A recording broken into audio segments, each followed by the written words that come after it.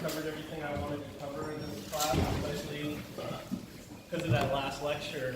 Nice thing about not having pop quizzes is that I get back a lot of time. So I was able to cover a little bit more material in the software and the course that I have but I want everybody to do really well on the final, so I wanted to take like at least half of the day today and review some of the concepts that I think are most important. So the way I thought that we would structure this is like, I'm just making this up right now, but I'm gonna like write some concepts on the board one at a time, and then I'm gonna ask you all to tell me what that concept is and how it relates to the other concepts that came before it on the list. Obviously that doesn't count for the first one, and what kind of smart thoughts it makes you think of. So this first part of the class, I'm going to be asking you questions, and you're going to be answering my questions, hopefully. And I'm hoping that you can drive this. I'll write the terms. I'll tell you what the terms are that I want you to be familiar with. You tell me what the heck they are. And then we'll switch it. And you can ask me anything you want for a little bit. And then I want to leave about 20 or 25 minutes to do a little caprice, a little etude to kind of zoom out, which is another one of these pieces of distributed systems folklore that established in some cosmic philosophical truth or something like that. I just kind of want to end with this. This is like a little story, the land of the two valleys, that I have been telling at the end of distributed systems classes since 2012. It's just this thing. So hopefully it'll be fun. But probably won't be on weekend. But we'll maybe connect some of the things we talked about. Okay. So let's talk about some concepts.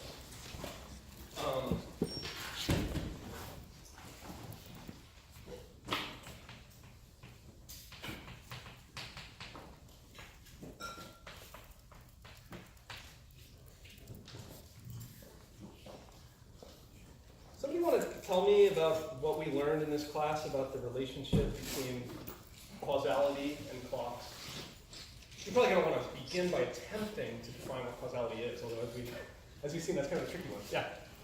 Causality is a relation of an event that happens before another event, where happens before means that event 1 could have caused event 2, or led to event 2. Yeah. So I think that's a great way. Like, I would try to avoid using happens before in the definition of causality, because happens before is a specific relation that's supposed to capture the intuitive notion of causality, but at some level you're absolutely right. Like, we talk about causality, we talk about events, and whether an event could have influenced another event. Okay? And that's like, influence is a nice way to talk about causality without using the word cause, which is, it turns out, cause and effect are words that we end up. Causality is such a primitive concept that it's like hard to define non-logically. So right, so causality is about influence between events, okay? So it's defined in terms of events. So but then why do we use clocks to reason about causality? Like, what do clocks have to do with events? Clocks give us a way to order events in such a way that an event with a clock value that is higher than some other clock values, you can say definitely the first event could not have caused the second event. Yeah, absolutely. So in some sense, causality is about events. E is, E happened before E prime. And clocks are about numbers that are also comparable under some ordering. So in some sense, we want to be able to assign clocks to events, whether they're scalar clocks in the case of lamp work stuff, or richer structures in that in the case of vector clocks. But exactly what is the meaning of the numbers in the clock and how does it relate to the events? Right? We want to talk about sets of events. 1, 2, 3.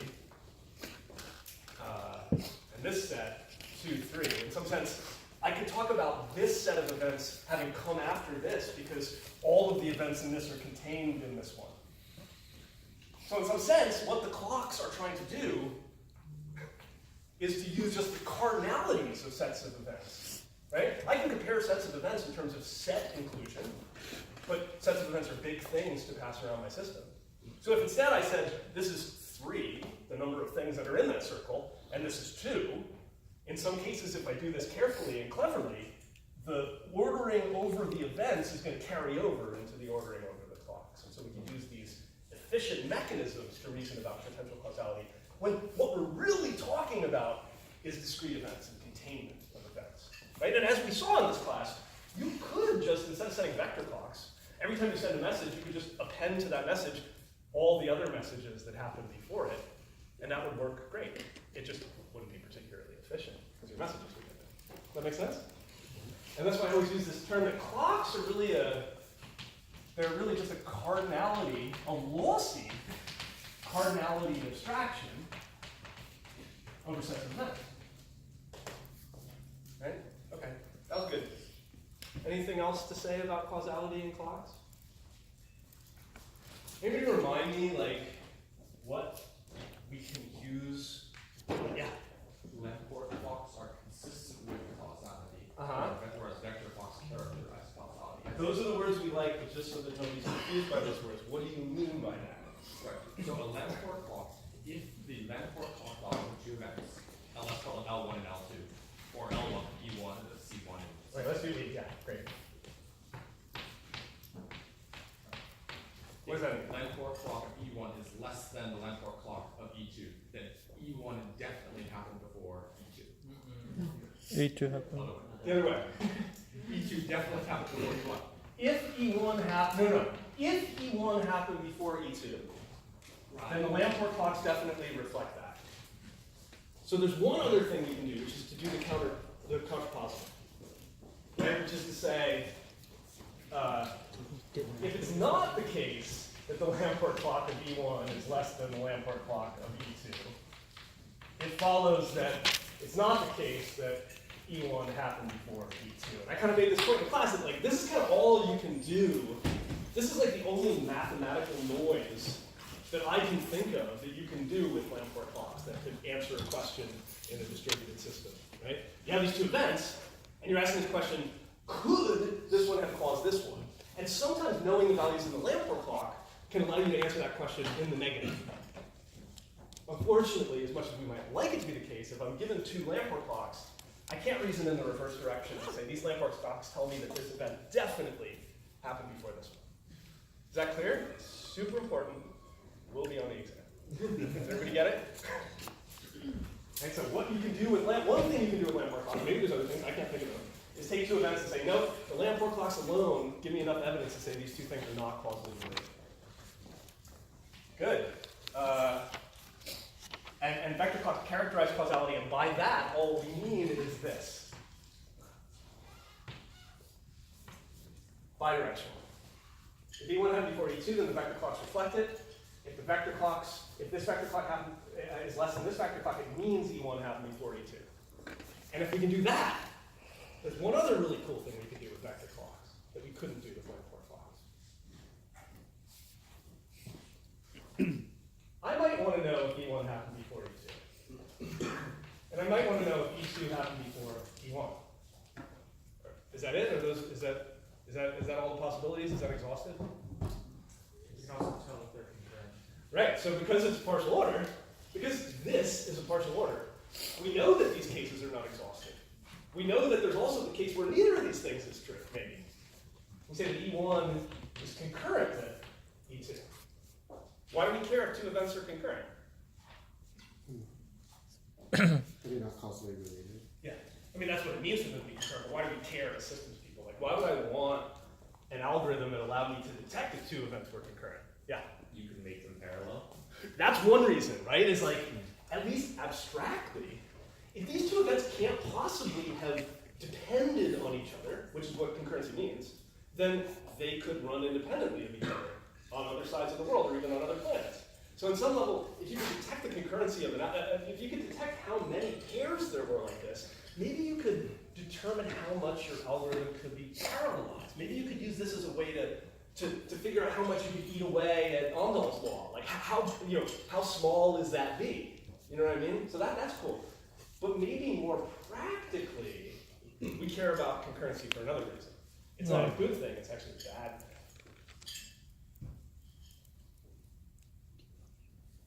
Well, two events are concurrent, right? Then we can't use a cheap mechanism like clocks to order them, right? If two events are concurrent,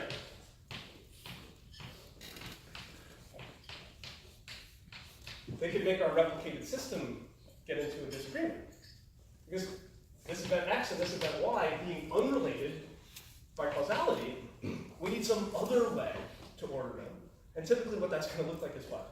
Time. Something arbitrary, like, It could be something arbitrary, but in general, how do we establish total orders?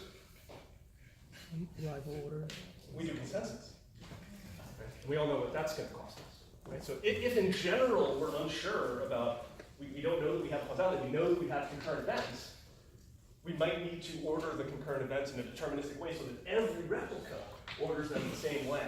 And if we, now, obviously we could come up with some arbitrary for this toy example. We could say, hey, x is less than y, so x happened first or whatever, but if we want to solve this problem in general, we're going to need to rub some Paxos on it. Who wants to do that, right? Okay, Question. yeah. So we care about concurrency because if they're not concurrent, then we know we don't need Paxos. Yeah, if I know, for example, that E1 happened before E2, I know, for example, that I can just pass around numbers on my messages and everyone will know unambiguously about how to order E1 and E2, right? Whereas for these E1 and E2, we need some other mechanism to decide. And we can't use a rival order as long as unless there's only one receiver. Yeah. And can you use a timestamp to solve? Like that would be an example of an arbitrary solution Okay. that might work for this case, but wouldn't probably work in general, might not be fair. You might not have control over how the timestamps were set at the clients, blah, blah, blah, blah, blah. But you certainly could, right? You could say, for this particular problem, I'm going to write a protocol that instead of ordering based on lexicographically, I order based on the timestamp. Something like that. If someone puts up the timestamp really high and star for everybody else out. Right, yeah, so there's like fairness issues and there's other issues. Okay, good, great. Maybe I should make this, should I make this side point? Yeah, I should make this side point. When we're communicating from one endpoint to another, and we want things to happen in order, is that hard or easy? So Alice is talking to Bob. Is it hard for Alice to get Bob to play her messages in order? No, that's easy, right? That's called fight code. We looked at a couple different ways you could do that. You could do it fast if you didn't mind having a little bit extra state, and you could do it a little slower if you didn't want the extra state. But the point is, it's easy, right?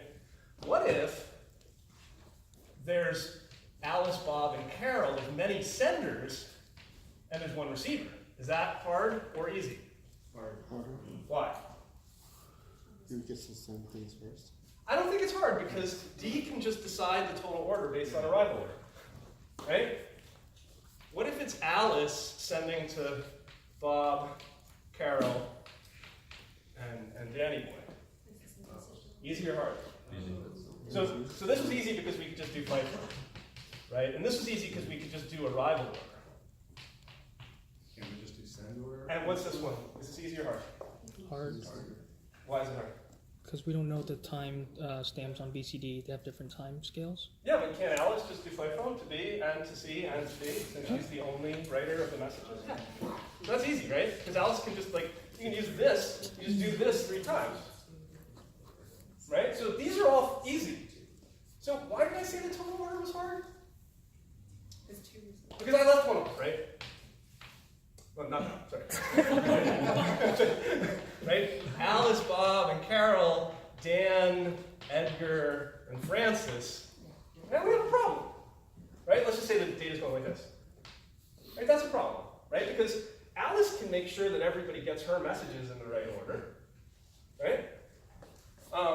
But, if we have many-to-many communication, D can't use arrival order because D doesn't necessarily see the same arrival order that E sees. Right? So that doesn't work. And FIFO didn't work because it orders some of the messages, but not all of the messages. So how do you solve this? Paxos. Taxes. Just a rough Paxos. Right? So there's just one hard thing, and it's many-to-many communication. Make sense? That was kind of a jump from causality to talks. It's just this is a conversation I had meant to have and never had. So, let's see. Here's another concept.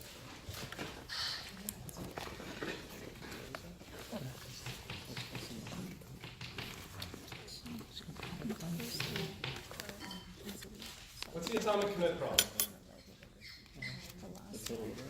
You have a compound operation that looks atomic, but it has to be done by 2 computers, so you can have partial failure. That's great.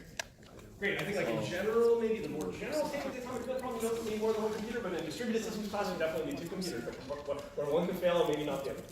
Okay, and then how do we solve the atomic problem? Two-phase Two-phase commit. commit. Does anybody want to come up here and draw a two-phase commit? In the happy case?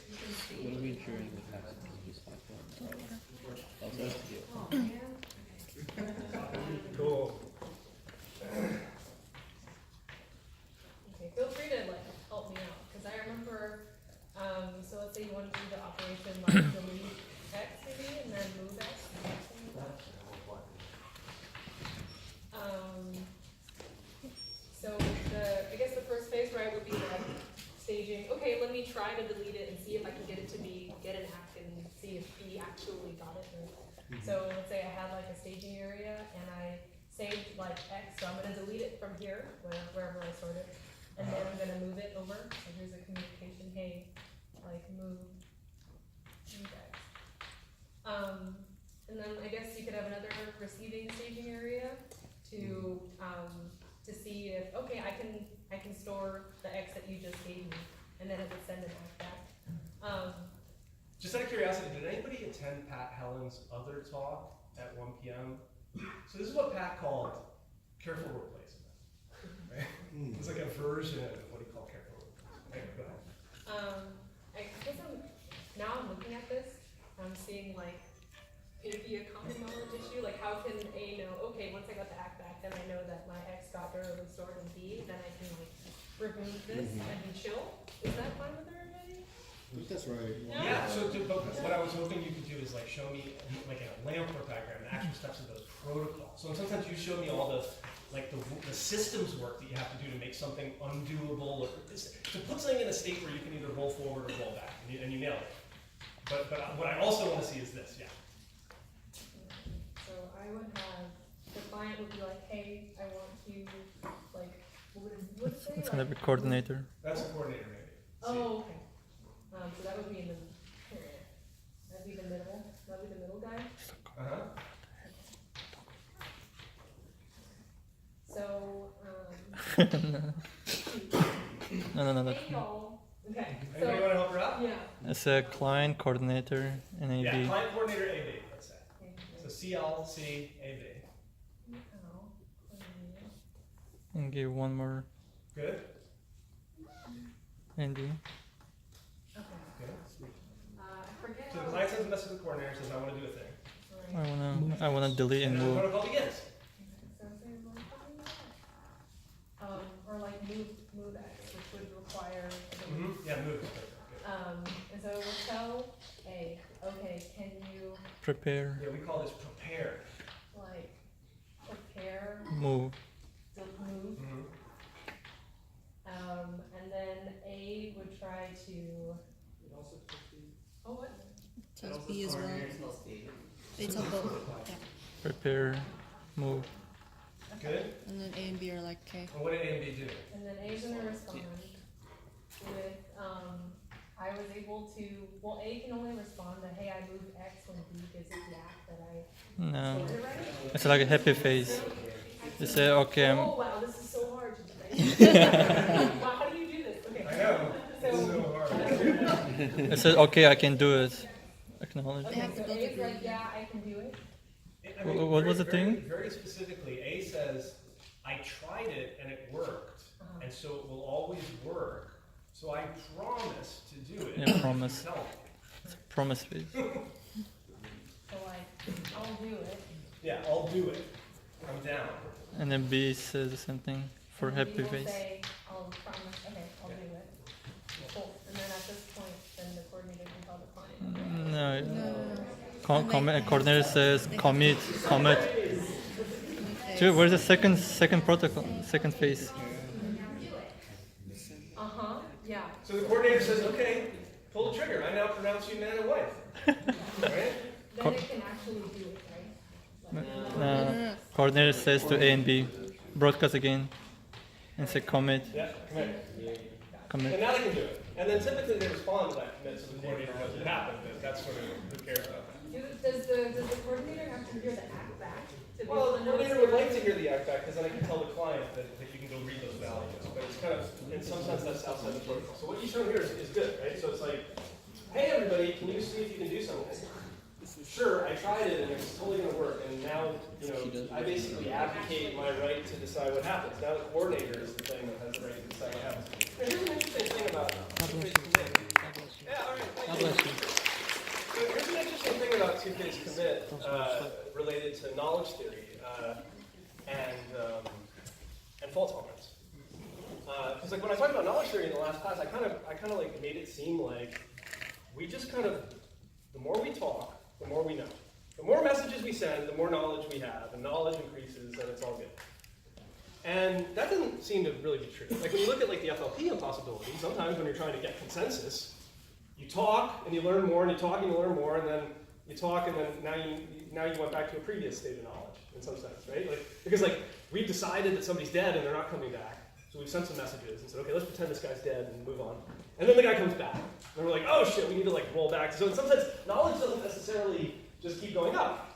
Sometimes like it's going up, and then you learn something new, and it goes down, and in fact, it might oscillate forever, right? That's what FLP tells us. And so my conjecture, a really high-level conjecture, is that monotonic growth of knowledge and like fault tolerance are kind of at odds with one another, right? Because if you've written a protocol that's fault tolerant, sometimes you're making progress learning things, and you decide that something's gone wrong, and you need to take a detour. Sometimes your knowledge actually diminishes if you're trying to be fault tolerant, right? Here's an example. Remember how the two-phase commit protocol could tolerate the loss of participants or even of the coordinator during the prepare phase? We only got locked up if the coordinator failed relatively late in the protocol. Well, why is that? Well, because this is a protocol that so we go from it is distributed knowledge that we can commit to someone knows that we can commit and it's the coordinator to everyone knows that we can commit and we've done it, right?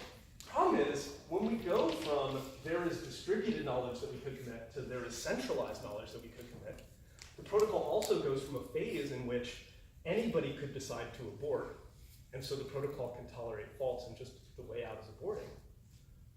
To a phase where there's one person who knows everything. The knowledge has been consolidated. And if the coordinator fails after consolidating the knowledge, the protocol hangs. You see what I'm saying? So like, we accumulate knowledge over time, but there's this like discrete moment where we've accumulated so much knowledge that our protocol is not fault tolerant anymore. Like we didn't have a single point of failure and then we do. Isn't that weird? Right, so they're saying about like knowledge isn't always a good thing. Yeah. Would that be after A and B send I'll do it if the coordinator then crash before anyone commits back? Exactly. In particular, well, irrespective of what they might have sent back, if the coordinator fails in phase 2, and then then we can get into all sorts of problems. Right? Okay, so that was atomic commit. What are the 3 things that any agreement protocol must satisfy?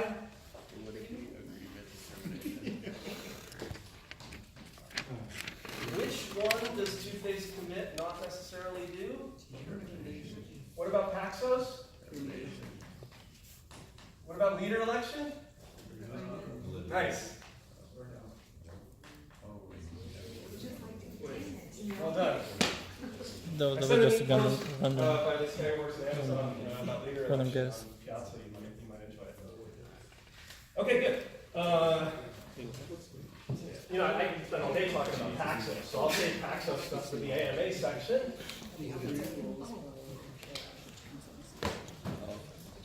Easy to satisfy validity if you don't have to choose it.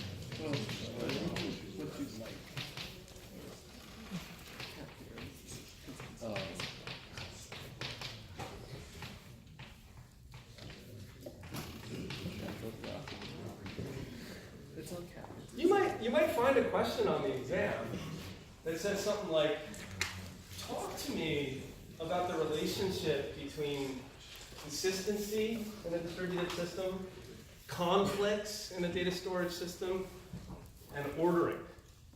Does anybody have any smart thoughts about how these things are related or even what the hell they are? What is consistency?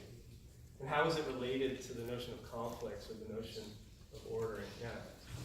So in order to have consistency, you would have the correct order for delivery, and for conflicts, I guess ordering and conflicts are both things that are difficult when it comes to ensuring consistency.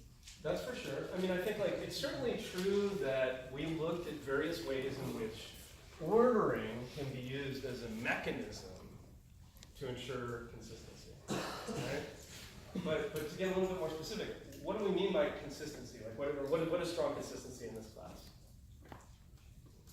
There's no distinction between, or there's no witnesses to a distinction between static systems running a data store and one system running a data store. Yeah, and this is like not that surprising of a thing, right? Because most of the algorithms that we played with were written back in the, back when we all wore short pants and things run on one computer, right? So if the thing looks like it runs on one computer, it looks right. Like if you can take my single computer code and make it run on lots of computers, that's great, because I know how it works, right? I know what it means to be a thing that runs on one computer. Okay, and then how does that relate to the notion of ordering? What is the relationship between strong consistency and ordering? I think this is a tricky question because I've told you different things over the course of the class, if you've been paying close attention, about the relationship between consistency and ordering. Yeah. Like writes and read conflicts, such as write after write, read after write, and write after reads, that where they need different orders and you get a different output. Yeah, so that's great. So I mean, kind of one thing I wanted to say was, before we talked about conflicts at all, we saw how if you make all of the operations happen in a total order, you just get strong consistency. So like ordering is sort of sufficient, total ordering is sufficient to get a strong consistency, without even having to burden our brain with the notion of conflicts. Right? So we began with me saying, consistency and order and total order, they're basically the same thing. If you want to be consistent, you need a total order. If you have a total order, you can be consistent. And then I said, well, it's actually more nuanced than that, right? Because we don't need a total order over everything. As you say, we are just going to turn out to need a total order over the conflicting operations. So if you stare a little deeper into your system, and you don't just say there are these opaque operations that have effects, but maybe the operations are over variables that have names or something like that, even just having that one little bit of insight in the system, now you can say, well, you wrote X and I wrote Y, buddy. So we can't have stomped on each other. X and Y are different things, they're independent, so there's no conflict, right? So if you can look a little bit more richly at the semantics of your system, you can identify that not every pair of operations needs to be part of the total order. We just need a partial order in which the conflicting operations are ordered. And then if you start zoom, so we saw how we could talk about consistency just with ordering without talking about conflicts. And now I just showed you a nuanced way you can talk about consistency in terms of conflicts and ordering. You only need to order the conflicting things. In Lindsay's guest lecture, she zoomed even more into the notion of conflicts. Talking about an even richer notion of application semantics, where we're not just saying we have these opaque variables that you mutatingly write to, but instead we have abstract data types like sets, for example, right, and counters and things like this. And if we have sets and counters, then we can have a much richer notion of what it means to conflict. Like, if X is a counter, and you're incrementing X and I'm incrementing X, the fact that we're both doing something to X doesn't mean we need to get in line, right? Because addition commutes. Right? So Lindsay showed how if you zoom really far into conflicts and understand the semantics of your application, you don't need to talk about ordering at all. And so there's this interesting space between total order on the one hand and perfect understanding of application semantic conflicts on the other hand that you can navigate in order to get a strongly consistent system, or a system with just the right level of consistency. Yeah? Make sense? Good. 310. Okay, when do I want to, 320, let's say. I'll do my thing. So,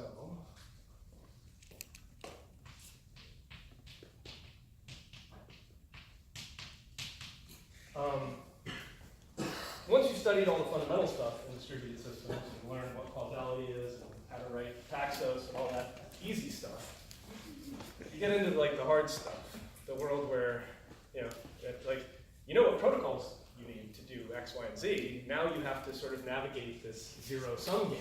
where you kind of want to have it all, but it turns out to have a little bit of A, you need to give up on a little bit of B. So this has been a recurring theme in this class. This is like the most important thing as systems engineers out in the world that you're going to deal with. Like when you leave this class, you'll know how to do a great many of these things.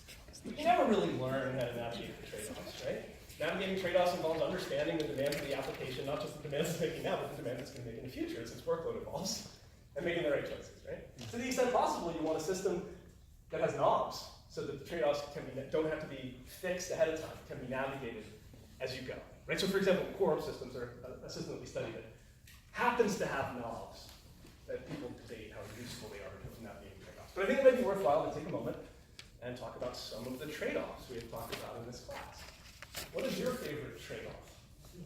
Or just as good, what's a system that we talked about where there is a trade-off that an operator or programmer has to make? Yeah. Well, the quorum system has a trade-off between consistency and availability, where availability is essentially reachability.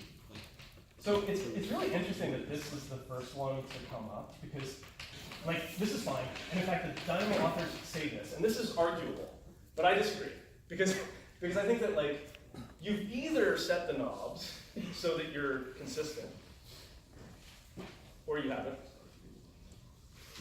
And it's not clear what it means. Like, it's not clear what you're trading when you have set R and W low enough that you don't get consistency for the availability.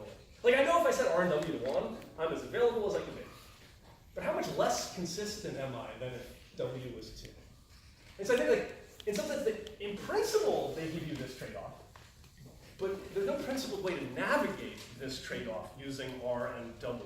I think in real life, this trade-off exists, but I'm not sure it's exposed in a usable way by quorum systems. Yeah? Say again?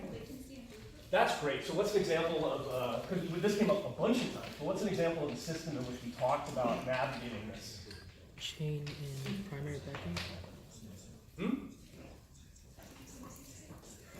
Chain replication and primary backup. Yeah. So what was the in that case? What was the trade-off? Like, when would I choose one or the other? For different loads of operation, we would use latency. We would use primary backup versus chain. Well, we expect primary backup to have lower latency always, right? Right. Chain replication to have significantly higher throughput in what kinds of workloads, Beach class? Equal. Yeah, mixed workloads, 50-50 read-write kind of workloads would be kind of the sweet spot for. So if you have a system that has to have high throughput, your clients don't care if things appear slow to clients, right? That's what latency means. And then has a nice mix between write and write operations. Why? Why is the mix important? Because you want to balance. Like, why is chain replication good? It's because part of the work's being done by this guy and part of the work's being done by this guy. But this guy's doing the reads and this guy's doing the writes. So if you're skewed, you're not going to be balanced. Yeah? Yeah, good.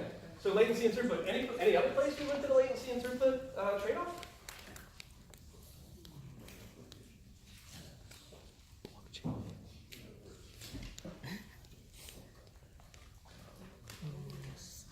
What about speculative execution and MapReduce?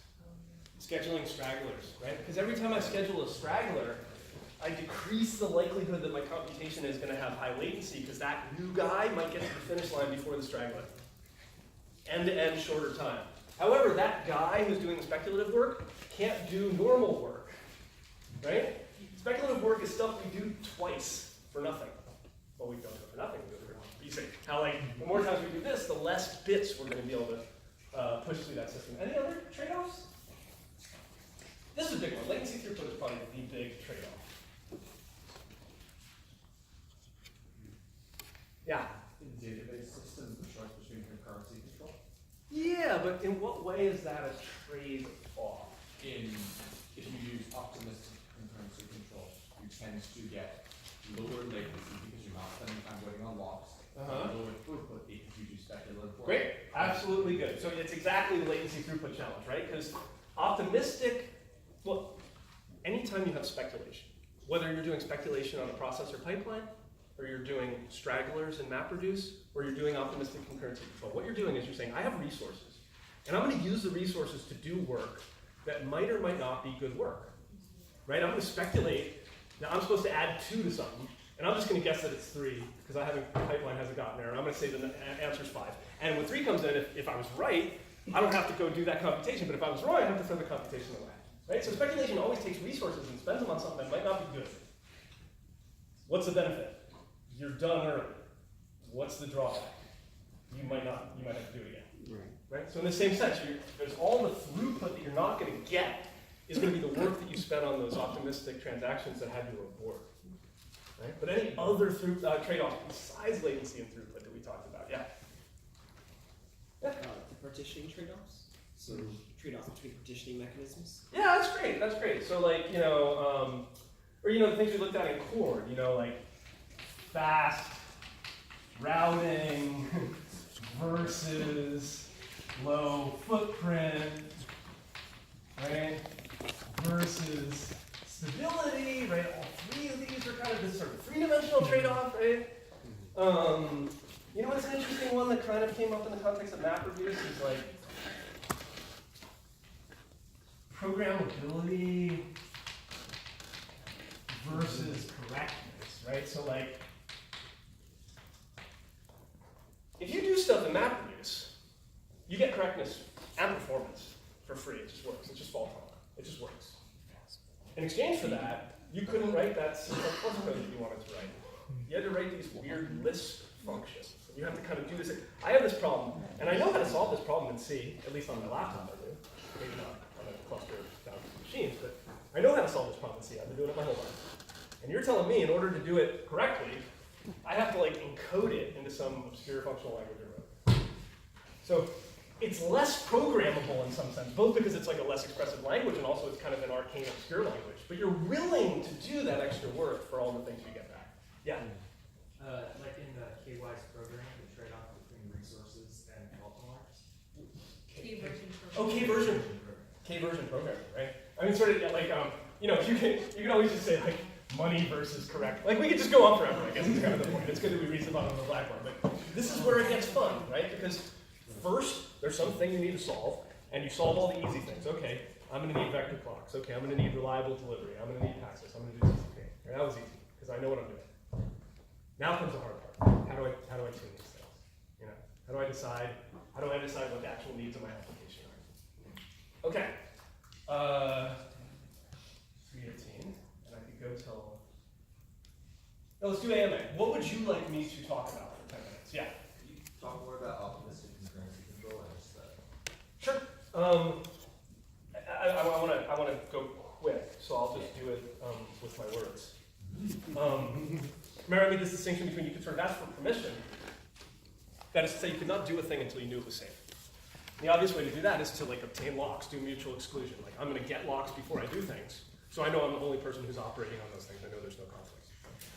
The other alternative, though, is to ask for forgiveness. I could just like not get locks. I could do things. Now I can't do things on the remote resources because then we could have a conflict and it wouldn't be detected. So I write local copies of everything I was going to change. And then at the end, I real quick get a lock and say, hey, did anybody stomp on this shit that I was writing? And if the answer is no, I can just install it. And so that's an example of speculative work, right? I did all this work that might or might not work out. But if it does work out, I did it fast. I did it without waiting. If it doesn't work out, I might have to do it again. And I might have to do it like again and again and again.